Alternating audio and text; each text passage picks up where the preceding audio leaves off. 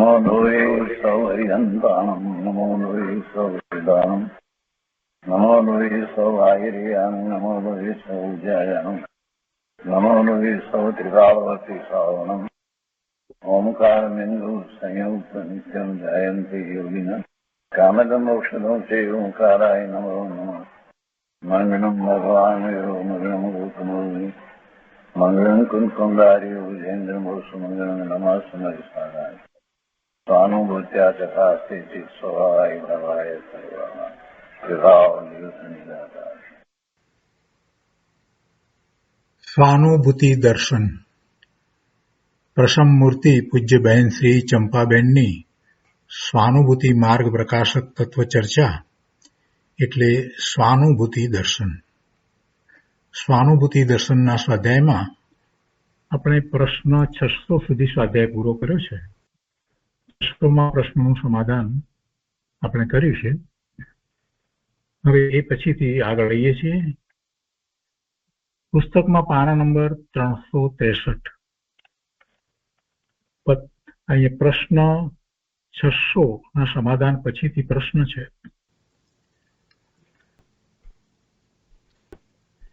દ્રવ્ય દ્રષ્ટિ થયા વગર શું પર્યાયનો આશ્રય છૂટતો નથી?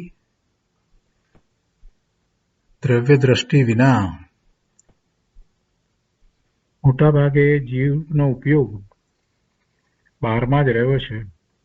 અને બહારમાં એટલે એમાં જેની સાથે એકત્વ છે એ બધી જ વસ્તુઓમાં પરનું લક્ષ છે તો ત્યાં એ બધી જગ્યાએ એનો ઉપયોગ રહ્યો હોય એટલે દ્રવ્યની તો દ્રષ્ટિ કરતો નથી.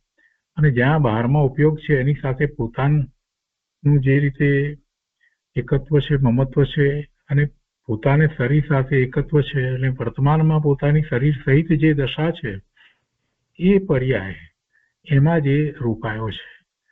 ક્યારેક એને શ્રી ગુરુ પાસેથી ધર્મની વાત સારી રીતે સાંભળવા મળી હોય, ઉપદેશ ગ્રહણ કર્યો હોય તો પછી એને વિચાર થાય છે, આત્માનો વિચાર થાય છે, પોતાના પરિણામનો પણ વિચાર થાય છે. પણ તો પણ દ્રષ્ટિ કઈ સ્વરૂપ તરફ થઈ છે એમ નથી. અને એવી દ્રષ્ટિ થયા વગર એ પર્યાયના આશ્રય જ છે એટલે પર્યાયના આશ્રયમાં જ રહ્યો છે. પર્યાયનો આશ્રય એને છૂટતો નથી એમ પૂજ્ય બેનશ્રીનું કહેવું છે કે દ્રવ્ય દ્રષ્ટિ પ્રગટ કરે તો પર્યાયનો આશ્રય છૂટે. તો પછી પર્યાયનો આશ્રય પણ ફૂકરા છોડવો છે. તો પર્યાયનો આશ્રય નહીં છોડે ત્યાં સુધી એને સ્વાનુભૂતિ થવાની નથી. એટલે સ્વાનુભૂતિ કરવી છે તો દ્રવ્યનો આશ્રય કરવો પડે એટલે દ્રવ્યમાં એકાગ્રતા કરવી પડે, દ્રવ્યની દ્રષ્ટિ કરવી પડે. અને દ્રવ્યની દ્રષ્ટિ અને પર્યાયની દ્રષ્ટિ બંને સાથે તો થાય નહીં, ઉપયોગ તો એક તરફ જ રહેશે. એટલે દ્રવ્ય દ્રષ્ટિ પ્રગટ કરે તો પછી એનો ઉપયોગ સ્વ તરફ જ હોય, દ્રવ્ય તરફ હોય, પોતાનું ત્રિકાળી શુદ્ધ દ્રવ્ય છે એ તરફ જ હોય. એટલે દ્રવ્ય દ્રષ્ટિ પ્રગટ કરે તો પર્યાયનો આશ્રય છૂટે અને પર્યાયનો આશ્રય જેને છૂટે તેને દ્રવ્ય દ્રષ્ટિ પ્રગટ થાય અને દ્રવ્ય દ્રષ્ટિ થાય તો એને નિર્મળ પરિણામ થાય. દ્રવ્ય ઉપર દ્રષ્ટિ કરે તો જ પર્યાય દ્રષ્ટિ છૂટે. મુખ્ય દ્રવ્ય છે. પછી જ્ઞાનમાં પર્યાય ઊભી રહે પણ પર્યાયની દ્રષ્ટિ છૂટી જાય. જ્ઞાનમાં પર્યાય ઊભી રહે પણ પર્યાયની દ્રષ્ટિ છૂટી જાય. એટલે કે મુખ્ય તો દ્રવ્ય દ્રષ્ટિ છે અને એ દ્વારા સ્વાનુભૂતિ કરે છે અને પછી પણ દ્રવ્ય દ્રષ્ટિ રહ્યા કરે તો વર્તમાનમાં જ્ઞાન તો જાણે છે, વર્તમાન પર્યાયને જાણે છે. એટલે કે છે કે પછી જ્ઞાનમાં પર્યાય ઊભી રહે પણ પર્યાયની દ્રષ્ટિ છૂટી જાય. પર્યાયમાં ધર્મની બુદ્ધિ છે તે છૂટી જાય. પર્યાયમાં શુભ ભાવ છે એને ધર્મ માનતો હોય તો પણ એ દ્રષ્ટિ જે છે પર્યાયની દ્રષ્ટિ છે એ છૂટી જાય. એ 600માં પ્રશ્નનું સમાધાન થયું. હવે એ પછી પ્રશ્ન છે કે પર્યાયનું પરિણમન ચાલુ રહે તો પણ પર્યાય દ્રષ્ટિ છૂટી જાય? જો પર્યાયનું પરિણમન એટલે પરિણમન થાય છે એ જ પર્યાય છે. પરિણમન થાય છે એટલે નવી નવી નવી નવી દશાઓ થાય છે, ફરી એને પર્યાય કહીએ છીએ. એ કોઈ અવસ્થા અટકી જવાની છે, સ્થિતિ બદલાય છે, એ કઈ બંધ થઈ જવાનું છે? કોઈ પણ જે અવસ્થા છે, જે સ્થિતિ છે, એ બદલાયા વિના રહે એમ તો બનવાનું જ નથી. એ જ પરિણમન છે એટલે નવી નવી અવસ્થાઓ થાય, નવી નવી પર્યાય થાય છે. એ તો થવાનું જ છે. દ્રવ્ય હોય અને પરિણમન ન થાય એમ તો બને નહીં. દ્રવ્ય હોય અને પરિણમન એમ તો બને નહીં. એટલે કે છે કે પર્યાયનું પરિણમન ચાલુ જ રહે, પણ પર્યાય દ્રષ્ટિ છૂટી, દ્રષ્ટિ દ્રવ્ય ઉપર આવી જાય, અને એમ થાય ત્યારે જે પર્યાયનું પરિણમન છે એ પણ કેવું હોય સમજી શકાય છે. જ્યારે દ્રષ્ટિ સ્વરૂપ તરફ હોય તો ત્યારે જે પર્યાય થયેલી છે એક પછી એક કેવી હોય? એ શુદ્ધ પરિણામો હોય, આત્માની અનુભૂતિના પરિણામો છે.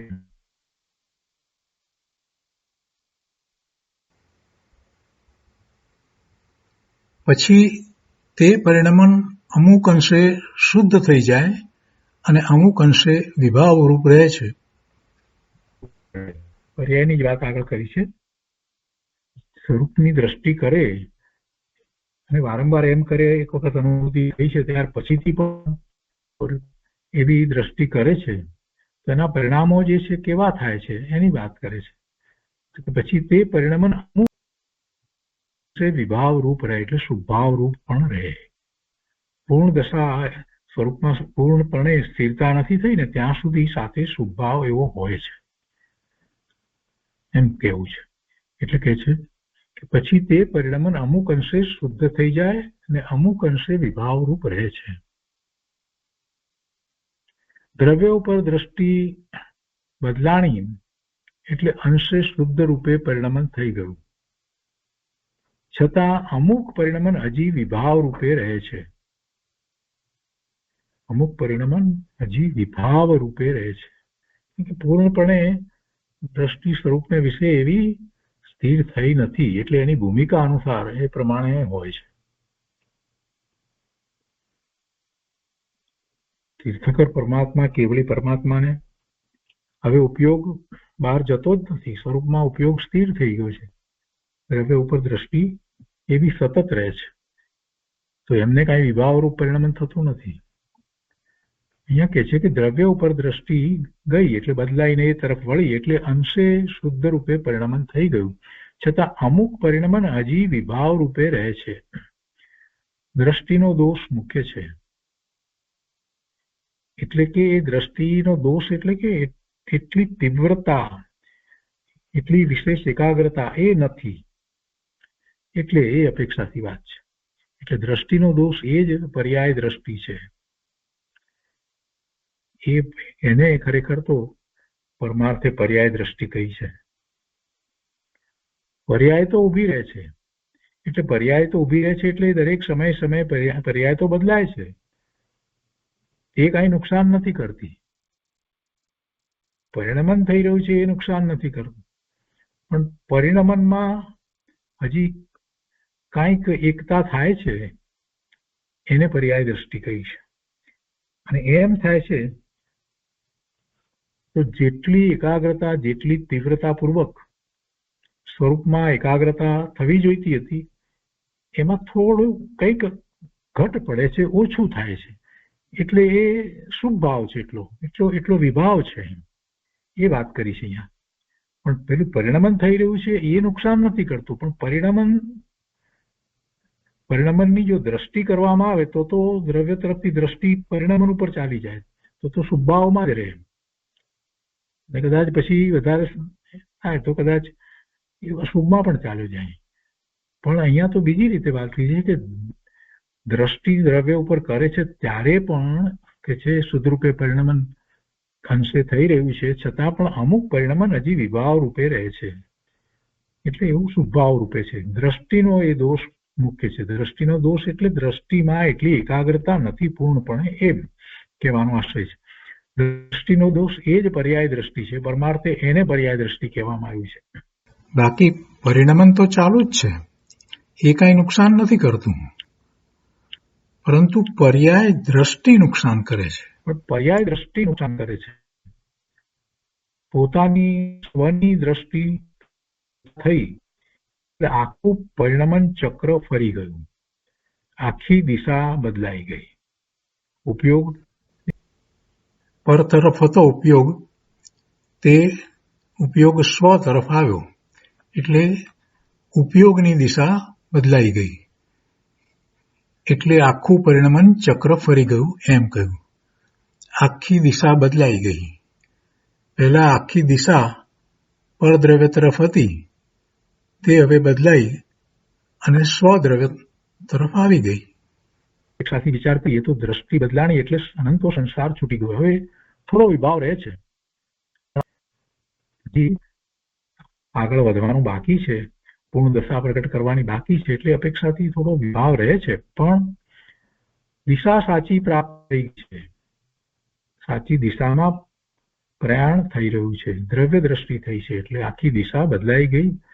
જે ઉપયોગ બહારમાં ને બહારમાં જ રહેતો હતો અને પરમાંથી ને બહારમાંથી પોતાને ધર્મ થાય, શાંતિ થાય, સુખની પ્રાપ્તિ થાય, આનંદની પ્રાપ્તિ થાય, એ જે બધી વાત હતી એ બધી ચાલી ગઈ અને હવે વારે વારે એ સ્વ તરફ જ વળી જાય છે. તો એ 602 પ્રશ્નનું સમાધાન થયું. એના પછીનો પ્રશ્ન છે, શું જ્ઞાનીના બધા ભાવો જ્ઞાનમય છે અને અજ્ઞાનીના બધા ભાવો અજ્ઞાનમય છે? આ વાક્ય ગુરુદેવનું છે અને એ બહુ સરસ રીતે એમણે સમજાવ્યું છે, અપેક્ષા સહિત સમજાવ્યું છે, ઘણો વિસ્તાર કર્યો છે. કે છે કે જ્ઞાનીની દ્રષ્ટિ બદલાઈ ગઈ છે એટલે તેના બધા ભાવો જ્ઞાનમય છે. એના બધા ભાવો જ્ઞાનમય છે એટલે 6 દ્રવ્યનું સ્વરૂપ, 9 તત્વનું સ્વરૂપ, સાચા દેવ ગુરુ શાસ્ત્રનું સ્વરૂપ, આ બધું એને બરાબર જેમ છે તેમ એને એના જ્ઞાન સહિત જેમ છે તેમ એને સ્વીકાર્યું છે, એવી જ એની શ્રદ્ધા છે. એટલે જેમ જીનેશ્વર ભગવાનની વાણીમાં એનું સ્વરૂપ આવ્યું છે, દેવ ગુરુ શાસ્ત્રનું સ્વરૂપ, 6 દ્રવ્યનું સ્વરૂપ, 9 તત્વનું સ્વરૂપ જેવું આવ્યું છે એવું એને જાણ્યું છે. અને પછી એવી જ એની શ્રદ્ધા કેમ છે તો કે સહાનુભૂતિ કરી છે એટલે હવે એની શ્રદ્ધા એવી છે, એટલે એને સમ્યક જ્ઞાન થયા પછી હવે એ જ શ્રદ્ધા રહી છે. એટલે એ રીતે એના ભાવ જે છે તે જ્ઞાનમય છે, એટલે તેના બધા ભાવો જ્ઞાનમય છે. જ્યારે અજ્ઞાનીની દ્રષ્ટિ આખી ઊંધી છે. ઊંધી છે એટલે ભગવાનની વાણીમાં જેમ 6 દ્રવ્ય અને 9 તત્વનું સ્વરૂપ, સાચા દેવ ગુરુ શાસ્ત્રનું સ્વરૂપ જે રીતે જે છે તે રીતે એ માનતો નથી. એના કરતા એ પોતાની બુદ્ધિથી, પોતાની મતિ કલ્પનાએ એ શ્રદ્ધા કરે છે. દ્રષ્ટિ એટલે શ્રદ્ધા. એટલે અજ્ઞાનીની શ્રદ્ધા ભગવાનની વાણીમાં જેવું વસ્તુ સ્વરૂપ છે એના કરતા જુદી છે. જ્યારે અજ્ઞાનીની દ્રષ્ટિ આખી ઊંધી છે એટલે એને ઊંધી કહી. તેથી તેના જેટલા ભાવો થાય છે તે બધા અજ્ઞાનમય છે. અજ્ઞાનની એક વ્યાખ્યા એ રીતે કરવામાં આવે છે કે મિથ્યાત્વ સહિત જ્ઞાન તે અજ્ઞાન. અજ્ઞાનમાં અ શબ્દનો અર્થ નહીં એવું નથી થતું. જ્ઞાન હોય જ નહીં એમ તો બનતું જ નથી. દરેક સમયે જીવને જ્ઞાન તો હોય જ. જીવ માત્ર ને જ્ઞાનની પર્યાય થાય જ, ઉઘાડ એના ઓછા વધતા હોય, પણ જ્ઞાન નહીં એમ નહીં. પરંતુ અજ્ઞાનનો અર્થ થાય છે મિથ્યાત્વ સહિત જ્ઞાન. એટલે એના બધા ભાવ જે છે તે બધા અજ્ઞાનમય છે. અજ્ઞાનીના શુભ ભાવમાં પણ અંદરમાં ભ્રાંતિ ભેગી હોય છે અને આ પણ વિભાવ છે એમ સમજતો નથી. એને એ વિભાવ સમજતો નથી. શુભ ભાવ છે એને એ ધર્મ સમજે, બીજું કંઈક સમજે, એ પણ એ વિભાવ છે એમ એ સમજતો નથી. એટલે એકત્વ બુદ્ધિ કરતો જાય છે અને તે કારણે જે નથી સમજતો તેના બધા ભાવો અજ્ઞાનમય છે. જે નથી સમજતો તેના બધા ભાવો અજ્ઞાનમય છે. જ્યારે યથાર્થપણે દ્રષ્ટિ બદલાઈ, સ્વરૂપ તરફ દ્રષ્ટિ થઈ, એટલે હવે દ્રષ્ટિ જે થઈ તે યથાર્થપણે બદલાઈ ગઈ, સ્વરૂપ તરફ થઈ. ભેદ જ્ઞાન થાય ત્યારે જ જ્ઞાનમય ભાવો કહેવાય. ત્યાં સુધી જિજ્ઞાસાની ભૂમિકામાં પણ જ્ઞાનમય ભાવ કહી શકાતા નથી. મુમુક્ષુ હોય એને ઘણી જિજ્ઞાસા હોય, આત્મા સંબંધીની વિચારણા વગેરે પણ કરતો હોય, પણ તે બધા શુભ ભાવ છે. એ બધા શુભ ભાવ આપણે જ્ઞાનમય ભાવની વાત કરીએ એટલે જે ભાવો કે જે આત્માનું લક્ષ્ય કરતા થાય છે એ ભાવ. જિજ્ઞાસામાં પણ જ્ઞાન ભાવ શકાય, કારણ કે એકત્વ બુદ્ધિ છે. જિજ્ઞાસુને એને બહારનો બધો રસ મંદ પડી ગયો છે. કેટલાક પ્રમાણમાં એને આ બધું દ્રવ્યસૂત્રનો અભ્યાસ વગેરે કર્યો છે, સાચો મુમુક્ષુ છે, તો બહારમાં એને હવે રસ નથી પડતો. એમાં એને એમ નથી લાગતું કે એ સુખનું કારણ છે કે ધર્મનું કારણ છે, એવું કાંઈ લાગતું નથી. એટલે એમ એને જિજ્ઞાસુને એવો બહારનો રસ મંદ પડ્યો છે. પણ બધા જ્ઞાનમય ભાવ ક્યારે થાય? કે જ્યારે ભેદ જ્ઞાનની જ્ઞાતાપણાની ધારા થાય ત્યારે બધા ભાવ જ્ઞાનમય થાય. જ્યારે આત્માની અનુભૂતિ થાય, પોતે જ્ઞાયક છે અને એનું લક્ષ્ય કરી અને એવી અનુભૂતિ કરે, એ જ્ઞાયક એ જ પોતાનું અસ્તિત્વ લાગે છે, ત્યાં જ દ્રષ્ટિ રહે છે. કે એ વાત લીધી છે કે જ્યારે ભેદ જ્ઞાનની જ્ઞાતાપણાની ધારા થાય ત્યારે બધા ભાવો જ્ઞાનમય થાય. ત્યાં સુધી બધા ભાવો એકત્વ બુદ્ધિ રૂપ છે, માટે અજ્ઞાનમય કહેવામાં આવે છે. માટે અજ્ઞાનમય કહેવામાં આવે છે. એકત્વ બુદ્ધિ છે, છતાં જિજ્ઞાસુ છે એને એ રસ મંદ પડ્યો છે, બહારનો રસ મંદ પડ્યો છે. પણ એથી કરીને એના બધા ભાવ જ્ઞાનમય થતા નથી. એટલે કહે છે કે બધા જ્ઞાનમય ભાવ ક્યારે થાય? કે જ્યારે ભેદ જ્ઞાનની જ્ઞાતાપણાની ધારા થાય ત્યારે બધા ભાવો જ્ઞાનમય થાય. ત્યાં સુધી બધા ભાવો એકત્વ બુદ્ધિ રૂપ છે, માટે અજ્ઞાનમય કહેવામાં આવે છે. જિજ્ઞાસુ છૂટવાની ભાવના કરે છે, એ બધા ભાવોથી છૂટવાની ભાવના કરે છે, પણ હજી એકત્વ પરિણતિ થઈ રહી છે, એકત્વ બુદ્ધિ છે અને દિશા પલટાણી નથી, અનુભૂતિ થઈ નથી, સ્વ તરફ વળ્યો નથી. એટલે હજી એકત્વ પરિણતિ થઈ રહી છે, પર સાથે એકત્વ છે. ભલે એને સ્વવિકલ્પ દશામાં બુદ્ધિ પર એવો સ્વીકાર કર્યો છે કે આ બીજું બધું છે તે મારાથી જુદું છે, પણ એવું અનુભવાયું નથી, એવું ભેદ જ્ઞાન થયું નથી.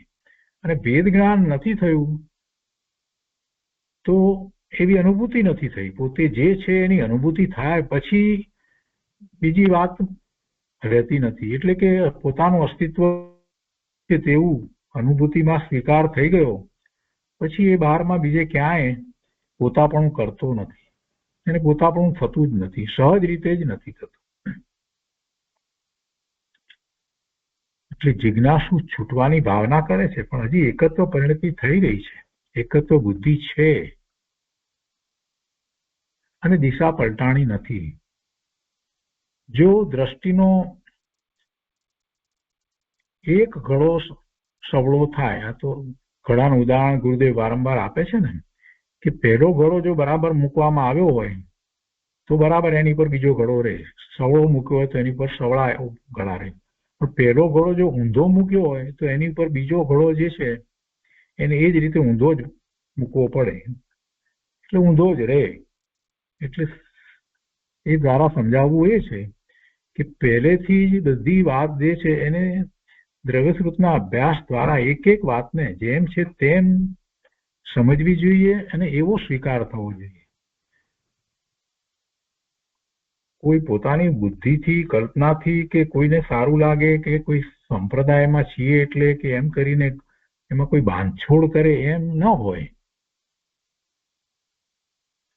એટલે કે છે કે જો દ્રષ્ટિનો એક ઘડો સવળો થાય તો બધા ઘડા સવળા થાય. એક દ્રષ્ટિનો ઘડો ઊંધો થતા બધા ઘડા ઊંધા થાય છે.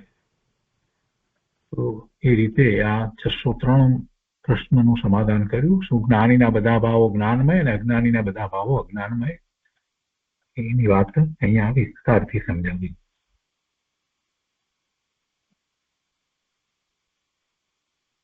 એ પછી પ્રશ્ન છે, નિયમસારના પરમાર્થ પ્રતિક્રમણ અધિકારની પહેલી 5 ગાથામાં પ્રથમ કહ્યું કે નારક નહીં, તિર્યંત નહીં, પછી કહ્યું કે વેદ જ્ઞાનના અભ્યાસથી માધ્યસ્થ થઈ ચારિત્ર બને, તો શું સમ્યક દર્શન થયા પછી પણ વેદ જ્ઞાન ભાવવાનું? એનો પ્રશ્ન આવો છે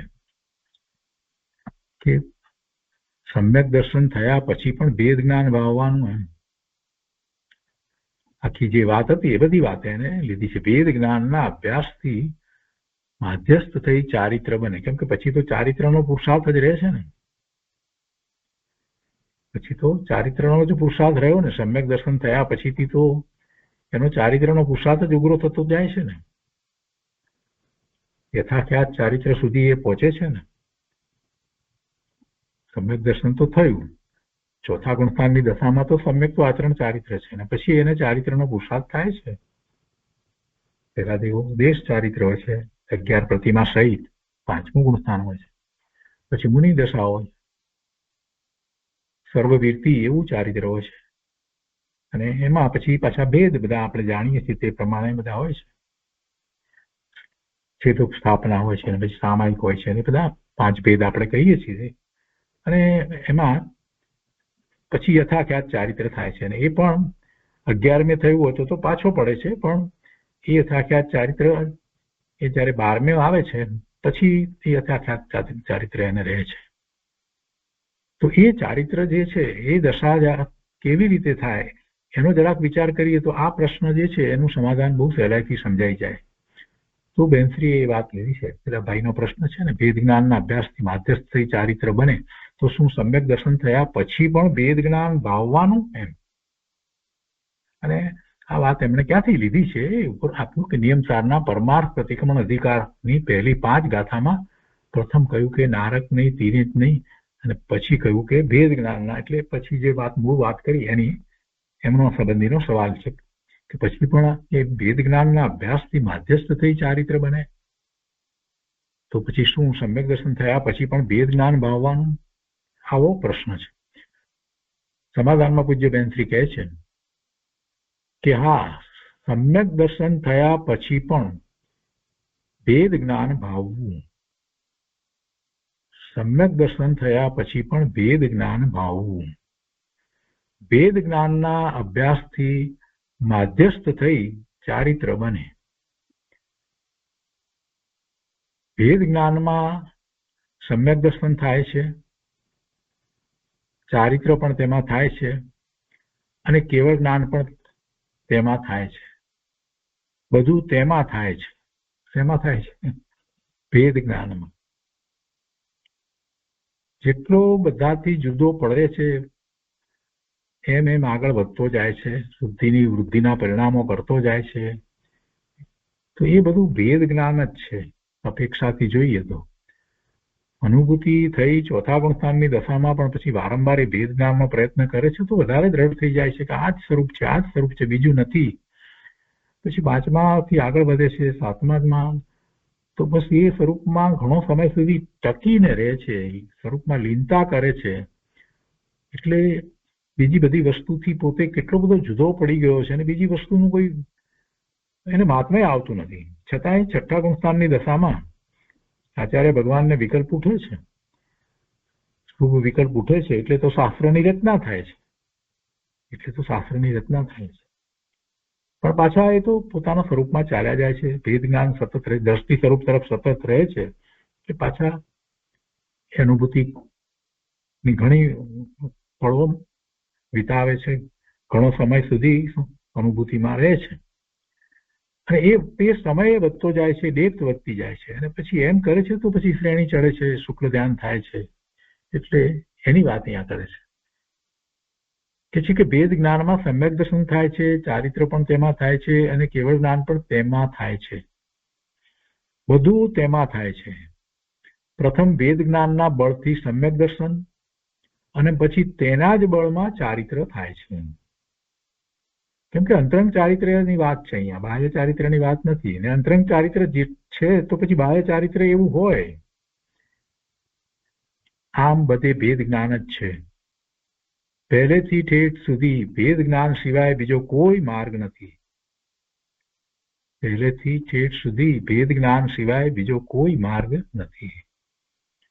માર્ગ તો સીધો અને સરળ છે, પણ અનાદિના અભ્યાસને લઈને તે મોંઘો થઈ ગયો છે. એ મોંઘો થઈ પડ્યો છે. અનાદિનો ઊંધો અભ્યાસ છે ને, વિપરીત માન્યતાઓ રહી છે ને અનાદિની, એટલે એને અઘરું થઈ પડ્યું છે. માર્ગ કઈ આડો અવળો નથી. જે માર્ગ છે તે માર્ગ તો અનાદિનો, એ તો રાજમાર્ગ છે. એ જ માર્ગે બધા સમ્યક્તોથી શરૂ કરી અને કેવળ જ્ઞાન પ્રગટ કરી અને પછી નિર્વાણ પામીને સિદ્ધ થયા છે, અનંત સિદ્ધ થયા છે. એ જ માર્ગે થયા છે, કે જુદો કોઈ માર્ગ નથી. ત્રણ કાળમાં માર્ગ એક જ હો. અહીંયા કહે છે કે માર્ગ કાંઈ આડો અવળો નથી. બારમાં આટલા કાર્યો કરવા એવું તેમાં નથી. બધું અંતરમાં કરવાનું છે. બધું અંતરમાં કરવાનું છે. પહેલેથી છેલ્લે સુધી એક જ માર્ગ છે. ભેદ જ્ઞાનના અભ્યાસથી સંબર, પ્રત્યાખ્યાન આદિ બધું પ્રગટ થાય છે. અનાદિથી એકત્વ બુદ્ધિ છે, એટલે તેને ભેદ જ્ઞાન પ્રથમ સહજ થતું નથી. વિચાર આવી ને છૂટી જાય છે. જરાક વિચાર આવે છે કંઈક, પછી પાછો એ બીજા વિચારમાં ચાલ્યો જાય છે. જે ભેદ જ્ઞાનમાં સમય આપીને ખૂબ એકાગ્રતા કરવાની છે એ નથી કરતો. એટલે કહે છે કે એને વિચાર એવો આવે ભેદ જ્ઞાનનો સહજ, અને પાછું જરાક કંઈક ને પાછું છૂટી જાય છે. સહજ પરિણતિ નથી. તેથી ભેદ જ્ઞાનને ઉપયોગમાં લાવે ત્યાં ઉપયોગ છૂટી જાય છે. સહજ નથી એટલે સમ્યક દ્રષ્ટિને પણ એ હજી આ પુરુષાર્થ કરવો પડે છે, વધારે ને વધારે. પણ એને ભેદ જ્ઞાન કરતા આવડે છે, અને પછી તો એને વધારે સમય ત્યાં રોકાઈ રહેવાનું છે, ઉપયોગ છૂટી ના જાય એ રીતે એનો પુરુષાર્થ એને થાય છે. કે આ રીતે ઉપયોગ વારે વારે ફર્યા કરે છે ને તેને સ્થિરતા થતી નથી. શ્રદ્ધાનું બળ તેટલું ટકતું નથી. પરિણતિ સહજ થઈ નથી, એટલે પ્રથમ ભૂમિકા તેને વિકટ લાગે છે, પછી સહેલું થઈ જાય છે. પણ છતાંય એને એ પુરુષાર્થ તો કરવો જ પડે છે. એને ભેદ જ્ઞાનનો પુરુષાર્થ કહીએ તો ભેદ જ્ઞાનનો પુરુષાર્થ કહેવાય. સ્વરૂપમાં સ્થિરતાનો પુરુષાર્થ કહીએ તો સ્વરૂપમાં સ્થિરતાનો પુરુષાર્થ પણ કહેવાય. ઉપયોગને સ્વ તરફ વાળી અને સ્થિર કરવાનો પુરુષાર્થ કહીએ તો એમ પણ કહેવાય. બધાનો અર્થ એક જ થાય છે.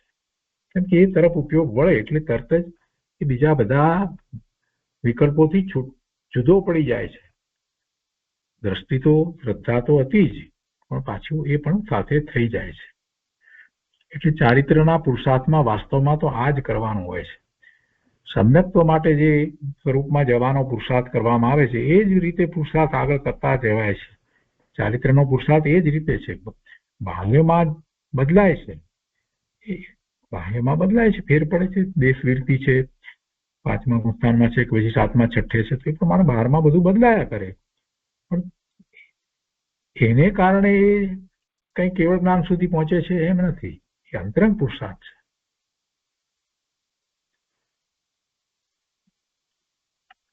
એક સમય એવો આવે છે કે પછી એ બહાર આવતા જ નથી. એ મહાપુરુષ એવી દશા આવી જાય છે ત્યારે એ શ્રેણી ચડે છે.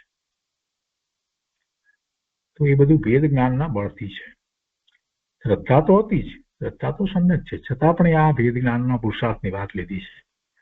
તો એ 604માં પ્રશ્નનું સમાધાન થયું. એ પછી પ્રશ્ન છે, આત્માર્થી કે જેને ખરેખર આત્માર્થ પ્રગટ થયો છે તે મને ભાવ નથી તેમ નિઃશંકપણે નક્કી કરી શકે? કરી શકે. જેને સમ્યક દર્શન થયું છે, આત્માની અનુભૂતિ થઈ છે, એને તો ખબર છે કે હવે વધુ ભવ નથી. પછી એને ભવનો કઈ ભય લાગતો નથી. જે ભવ થવાના તે થશે. એની દ્રષ્ટિ તો સ્વરૂપ તરફ જ રહે છે. એની દ્રષ્ટિ તો સ્વરૂપ તરફ રહે છે અને એનો પુરુષાર્થ તો દિવસે દિવસે વધતો જ જાય છે. એટલે એને કઈ પછી ભય નથી હોતો કે બીજો ભવ થશે તો કાંઈ નથી. એને એ માટેનો ભય નથી. આ ભવનો તો ભય નથી, પણ પરભવ પછીના ભવનો માટે એને કઈ ભય હોતો નથી. એને ખ્યાલ છે પોતાનું સિદ્ધત્વ એ નિશ્ચિત છે અને અનુભૂતિ કરી છે પોતે, તો પોતે જે છે એની શ્રદ્ધા માંથી એ ડગતો નથી. એને કઈ શંકા નથી પડતી. પ્રશ્ન શું કરે છે કે આત્માર્થી કે જેને ખરેખર આત્માર્થ પ્રગટ થયો છે તે મને ભાવ નથી તેમ નિઃશંકપણે નક્કી કરી શકે? કરી શકે. આત્માર્થ પ્રગટ થયો એટલે આત્માની અનુભૂતિ થઈ એમ આપણે અર્થ કરીએ છીએ. એટલે એ અપેક્ષાથી એમ કહેવાય. આત્માર્થી પોતે નક્કી કરી શકે. સમ્યક દર્શન થયા પહેલા પણ પોતાની એવી જાતની હૂંફ આવે તો પોતે નક્કી કરી શકે. સમ્યક દર્શન થયા પછીથી તો એને ખ્યાલ છે કે પોતાને વધુ ભવ નથી. ભવનો વિચાર જ નથી કરતો. વાસ્તવમાં તો સમ્યક દ્રષ્ટિ કઈ ભવના વિચાર નથી કરતા કે હવે આવતો ભવ મારો કેવો થાય ને ક્યાં થાય ને, એવો કોઈ સમ્યક દ્રષ્ટિને વિકલ્પ હોતો નથી. પોતાની ભાવના અને પોતાની આત્માર્થતા ઉપરથી એવો કોઈ પાત્ર જીવ હોય તો સમ્યક તો સન્મુખ થયો, અનુભૂતિ ન થઈ હોય તો પણ એ નક્કી કરી શકે. પણ જેને સમ્યક દર્શન થયું છે એની તો વાત જુદી છે. એને તો કાંઈ પછી કઈ શંકા રહેતી નથી. એ તો નિઃશંકપણે સહજ રીતે એ માને જ છે કે હવે પોતાને કઈ બહુ ભાવ નથી અને એને ભાવનો કઈ વિકલ્પ આવતો નથી. સમ્યક દર્શન થયા પછી કેટલા ભાવ એવા વિચાર કોઈ કરે? સમ્યક દ્રષ્ટિ કરે જ નહીં. અમને કેટલા ભાવ એવા એને વિચાર નથી. તો એ 605માં પ્રશ્નનું સમાધાન થયું.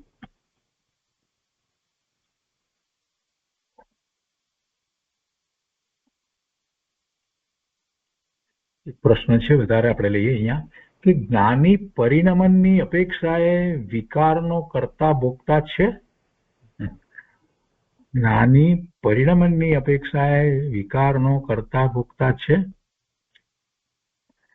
તો કે છે કે જ્ઞાની પરિણમનની અપેક્ષાએ કરતા ભોગતા છે પણ તેને સ્વામિત્વ બુદ્ધિ નથી, માટે કરતા ભોગતા નથી એમ કોઈ અપેક્ષાએ કહેવાય છે. કેમ કે એનું સ્વામિત્વ નથી. બાકી એને વિકલ્પ આવે છે અને કરતા ભોગતાપણું પણ એને હોય છે, પણ એનું એને સ્વામિત્વ નથી. એ હિત બુદ્ધિ એ કરતો નથી.